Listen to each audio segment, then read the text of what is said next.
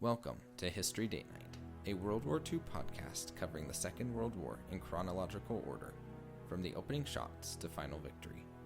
I'm Justin, and joining me is my wife and co-host, Jenny. Together we explore the people, battles, and turning points that shape the deadliest conflict in human history, one date at a time. On this episode, a column of flame shoots into the sky. Her crew were effectively prisoners aboard their own boat. Neither crew knows the other is there. The backlash is immediate and sharp.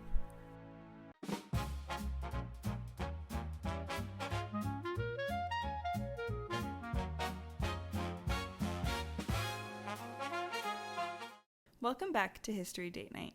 I'm Jenny. 2 episodes ago, we watched U-47 slip out of Kiel with a plan that its crew had been told was either brilliant or suicidal. Last episode, we left that thread hanging deliberately. This week, we pay it off. October 13th through 18th is one of those episodes where one single story dominates everything. It's so dramatic, so audacious, and so consequential that it would be doing you a disservice to bury it in a busy news summary. So, we're going to take our time with it. I'm Justin. The sinking of HMS Royal Oak at Scapa Flow is one of the most extraordinary naval actions of the entire war. A single submarine penetrates the most secure anchorage in the British Empire, sinks a battleship, and escapes undetected. We're going to walk through it hour by hour. But the week doesn't end there. Germany follows up with its first air raids on British soil. A destroyer captain refuses to leave the bridge with a mortal wound. Hitler quietly begins some preliminary long-term thinking about the Soviet Union. A Polish submarine surfaces off the Scottish coast after a 26-day odyssey navigating blind. It is a week that keeps giving. Let's get into it. First, let's place this geographically. Scapa Flow is a large natural harbor in the Orkney Islands, an archipelago of about 70 islands sitting off the very northern tip of Scotland, roughly 450 miles north of London. Scapa Flow itself is roughly 6 miles across in any direction, surrounded by islands that shelter it from the open sea, with several narrow channels in and out. It has been the Royal Navy's main anchorage since the First World War.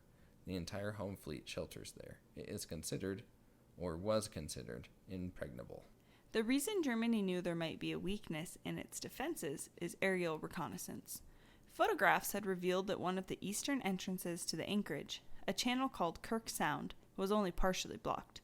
Old merchant ships had been sunk there as block ships to fill the gaps, but there was still a roughly 50-foot opening between one of those wrecks and the shore. In strong tidal conditions, it was thought to be impassable. Gunther Prien, a 31-year-old Kapitänleutnant, who had already proven himself an aggressive and skilled commander, volunteered for the mission, knowing that if he was caught inside the harbor, there would be no escape. October 13th, a Friday.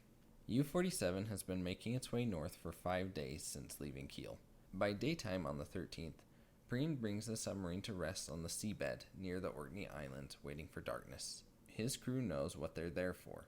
They wait all day in silence on the bottom. At 7 p.m. local time, Prien surfaces.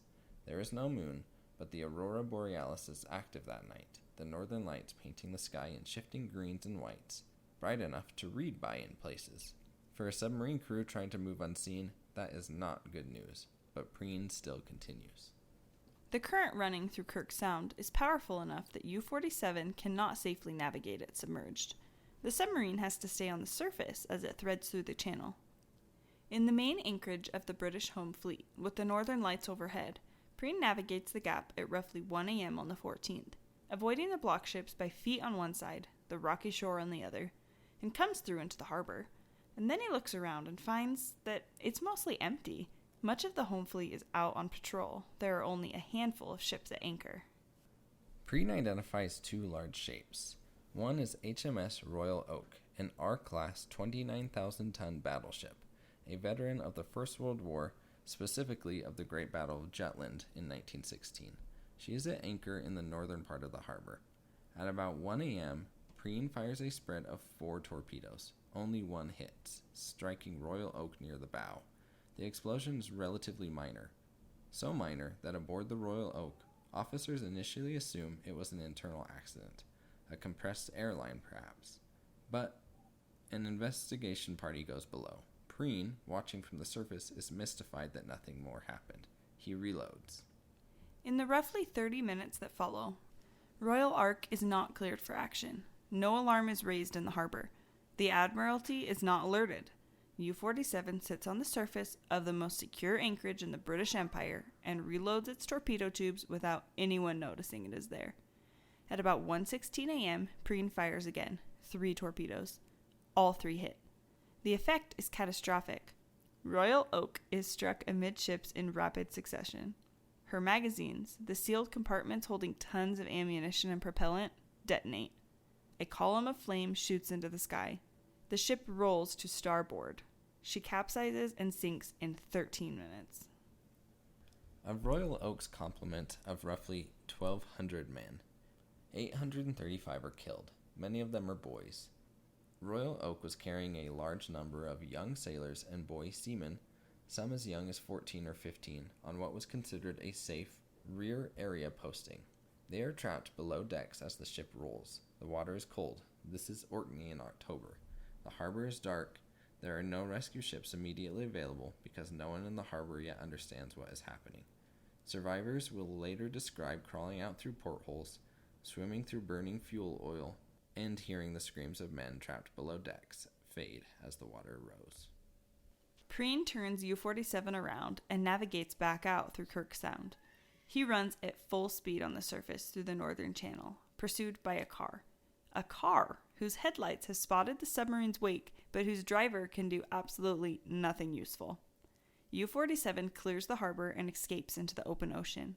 The entire operation, entering, firing, reloading, firing again, escaping, takes less than 3 hours. Not a single depth charge is dropped on U-47. Not a single surface ship pursues it effectively. Preen sets course for Wilhelmshaven.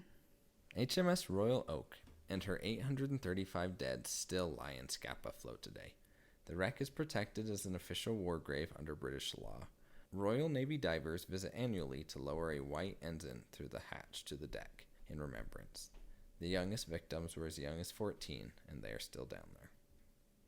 On the same day that U-47 is escaping Scapa Flow, October 14th, another submarine surfaces off the east coast of Scotland, but this one is not leaving, it is arriving, and its story is one of the most remarkable voyages of the entire war.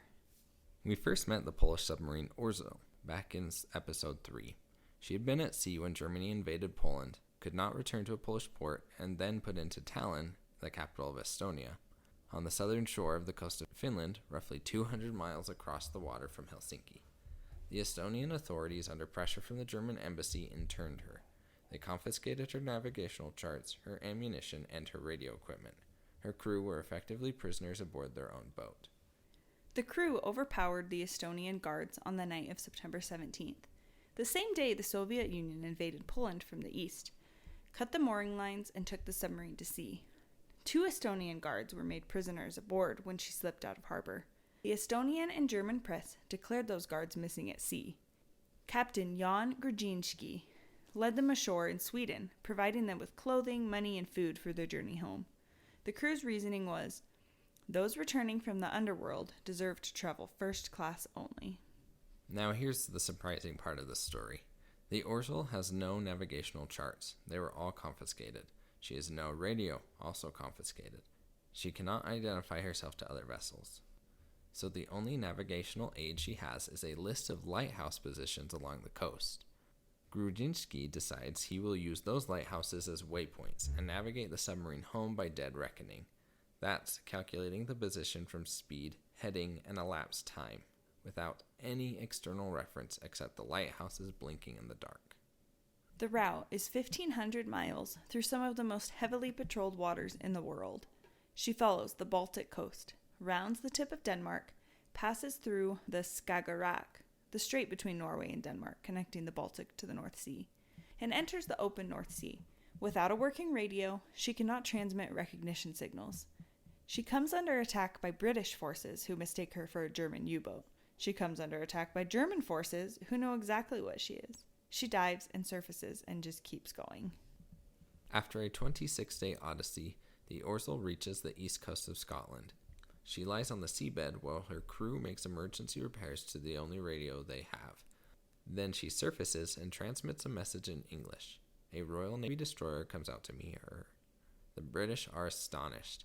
They had assumed the Orzel was long since sunk. She is escorted into port on October 14th, 1939. So on October 14th, 1939, 2 submarines arrived in Scottish waters. One is a German U-boat that has just sunk a Royal Navy battleship and killed 835 men, slipping away in the dark towards a hero's welcome in Wilhelmshaven.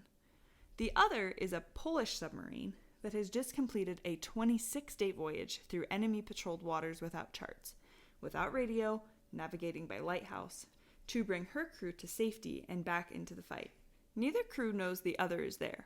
Both submarines surface on the same stretch of Scottish coastline on the same day. There is a Soviet footnote to the Orzel story that matters. Soviet authorities accused the Orzel of sinking a Soviet oil tanker, the Medalist, in Narva Bay on September 26th during the submarine's escape voyage. The accusation is false, but the accusation did give the Soviet Union a pretext. Estonia had failed to properly intern a belligerent vessel, which had then gone on to attack Soviet shipping. That claim became one of the justifications the Soviets used to pressure Estonia into signing the Mutual Assistance Treaty, the first step toward absorbing the Baltic states entirely. A submarine crew escaping captivity becomes the excuse for swallowing a country. Back in Britain, the shock of the Royal Ark sinking in Britain is immediate. The First Sea Lord, Admiralty Dudley Pound, is woken at 3 a.m. with the news. Churchill is informed before dawn. The cabinet is told in the morning. The home fleet is ordered to leave Scapa Flow immediately and relocate to Lockhew, a remote sea lock on Scotland's rugged northwestern coast, about 50 miles south of Cape Wrath, because Scapa's defenses are now clearly insufficient. This move significantly reduces the fleet's ability to intercept German surface ships in the North Sea and Atlantic. Germany has, with 1 submarine and some torpedoes, temporarily neutralized Britain's main fleet anchorage. The news blackout in Britain makes things worse. Censorship means the British public gets only the bare facts. A battleship was sunk, there are heavy casualties, but no details of how. No explanation of the security failure. And into that vacuum of information steps Lord Haha, William Joyce, broadcasting from Hamburg in his sneering English accent, who knows exactly what happened and is not shy about saying so. He says, "Where is the Ark Royal?" Remember, that's the carrier supposedly sunk a few weeks ago. Then he asks, "Where's the Royal Oak?" Britons, ask your government. By October 15th, an estimated 1 million British listeners are tuning into his broadcasts. The Ministry of Information, meanwhile, is putting up posters that the public despise. Your courage, your cheerfulness, your resolution will bring us victory. People immediately ask, well, who is us in that sentence? The government and its friends? The patronizing tone is already wearing thin 3 weeks into the war. The Daily Mirror compares the MOI to Fred Carnot's army, a contemporary expression meaning a shambolic, incompetent outfit. Germany's propaganda operation is running rings around Britain's. Also on October 13th, Charles Lindbergh makes another radio address, and this time he goes further than before. He questions whether Canada has the right to drag the Western Hemisphere into a European war simply because, as he puts it, quote, they prefer the Crown of England to American independence. The backlash is immediate and sharp.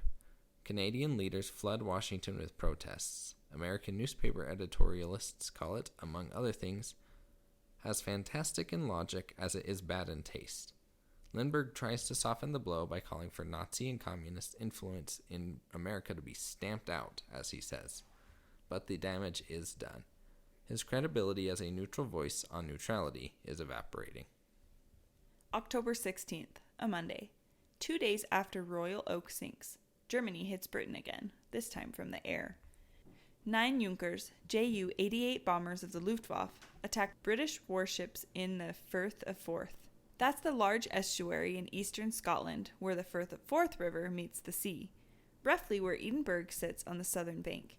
It's about 200 miles south of Scapa Flow and home to the Royal Navy base at Rosyth. Several cruisers and destroyers are anchored there. The German bombers damaged 3 ships, the cruisers HMS Southampton and HMS Edinburgh, and the destroyer HMS Mohawk. 16 Royal Navy crew were killed. These are the first German bombs to fall on British territory in World War II. The response comes quickly. Spitfires of the 602nd and 603rd Squadrons, the Glasgow and Edinburgh Auxiliary Air Force Squadrons, scramble and shoot down 3 of the attacking aircraft. These are the first enemy aircraft shot down over British territory. But the human story of that day belongs to Commander R.F. Jolly of HMS Mohawk. When the bombs hit his destroyer, the blast tears through the bridge, the wheelhouse, and the communication system. Jagged metal fragments kill 15 men outright and wound 30 more. Commander Jolly takes shrapnel in the stomach, a mortal wound. He is offered medical attention, but he refuses it. In serious pain and slowly dying, he stays on the bridge and commands his damaged ship for 35 miles through coastal waters until HMS Mohawk is safely docked at Rosyth. Only then does he allow himself to be taken ashore. He dies in the hospital several hours later. He is posthumously awarded the George Cross, the second highest decoration for valor in Britain. On October 17th, the Germans hit Scapa Flow itself, directly targeting the anchorage from the air. Most of the home fleet has already been moved, but the old battleship HMS Iron Duke, which was being used as a training and gunnery ship, is caught there and hit. She has to be beached to prevent her from sinking. 2 raids in 2 days, and Royal Navy home waters from Edinburgh in the east coast to Orkney in the far north suddenly feel anything but secure. On October 18th, the Admiralty moves the home fleet again, this time to the Firth of Clyde, on Scotland's west coast, even further from the German threat, but also even further from where it needs to be. October 17th, Wilhelmshaven. The crew of the Scharnhorst, Germany's most powerful operational battle cruiser, docked at the naval base, lines up on deck as U-47 sails into harbor. Prien and his crew receives a hero's welcome at the dock. The next day, October 18th, the entire crew is flown to Berlin and brought to the Reich Chancellery, where Hitler personally receives them. Every man receives the Iron Cross Second Class. Prien receives the Knight's Cross of the Iron Cross, one of the highest military decorations Germany awards. He is 31 years old. Germany has exactly the propaganda victory it needed after the failure of the peace offer. After the rejection of the speech, after weeks of what felt like a standoff, 1 submarine, 1 night, 835 dead, and Germany calls it heroic. Also on October 18th, Hitler issues Directive No. 7, Preparations for Attack in the West. The restrictions on German forces along the French border are being relaxed. Patrols may now cross into French territory. A reconnaissance over enemy territory is permitted, and, in this period, Hitler also begins directing some preliminary long-term strategic thinking toward the east, using occupied Poland as a potential staging point in any future conflict with the Soviet Union. At this time, General Johannes Blaskowitz, the same general who received Warsaw's surrender, allowed the Polish officers to keep their swords, and was publicly embarrassed by Hitler at the victory banquet. He writes formally to the Führer to complain about SS atrocities being committed in occupied Poland. He is a professional soldier of the old school, and what he is seeing appalls him. He documents the killings, the arbitrary executions, the treatment of civilians and Jews. He objects on both moral and practical grounds, arguing that the behavior of the SS is undermining military discipline and Germany's standing internationally. Hitler receives the letter, but he does not act on it. Blaskowitz will send similar complaints again, and they will have no effect. But the record exists. He tried. And a few extra notes from this week. On October 17th, the film Mr. Smith Goes to Washington opens. Frank Capra's story of an idealistic young senator fighting corrupt power, starring Jimmy Stewart. It opens while the phony war hangs over Europe, while a submarine crew is being celebrated for killing 835 men. It opens while the phony war hangs over Europe, while a submarine crew is being celebrated for killing 835 men. A film about the nobility of speaking truth to power seems almost designed for the moment. It is nominated for 11 Academy Awards. Also born on October 18th, 1939, is Lee Harvey Oswald. History never stops. So, U-47 penetrates Scapa Flow, sinks a battleship, and escapes. Britain loses 835 men, loses confidence in its primary anchorage, and scrambles its entire home fleet across the Scottish coast. On the same morning, a Polish submarine surfaces off the same coastline after a 26-day odyssey, navigating blind with nothing but a lighthouse list, and is escorted into port by a Royal Navy destroyer. So, U-47 penetrates Scapa Flow, sinks a battleship, and escapes. Britain loses 835 men, loses confidence in its primary anchorage, and scrambles its entire home fleet across the Scottish coast. On the same morning, a Polish submarine surfaces off the same coastline after a 26-day odyssey, navigating blind with nothing but a list of lighthouses, and is escorted into port by a Royal Navy destroyer that thought she was already sunk. Germany follows with air raids on the Firth of Forth and Scapa Flow itself. Commander Jolly dies at his post. Preen is given a Knight's Cross by Hitler. Hitler issues Directive No. 7 for the West and begins some preliminary thinking toward the East. A German general writes a letter about the SS atrocities that no one acts on. The phony war is quiet on the French border, but it is not quiet anywhere else. Next episode, we move into the final stretch of October. The Finnish-Soviet negotiations collapse entirely, and the Graf Spee continues its South Atlantic hunt. The Winter War is now less than 6 weeks away. Well, thanks for joining us for episode 9 of History Date Night. We'll see you next time.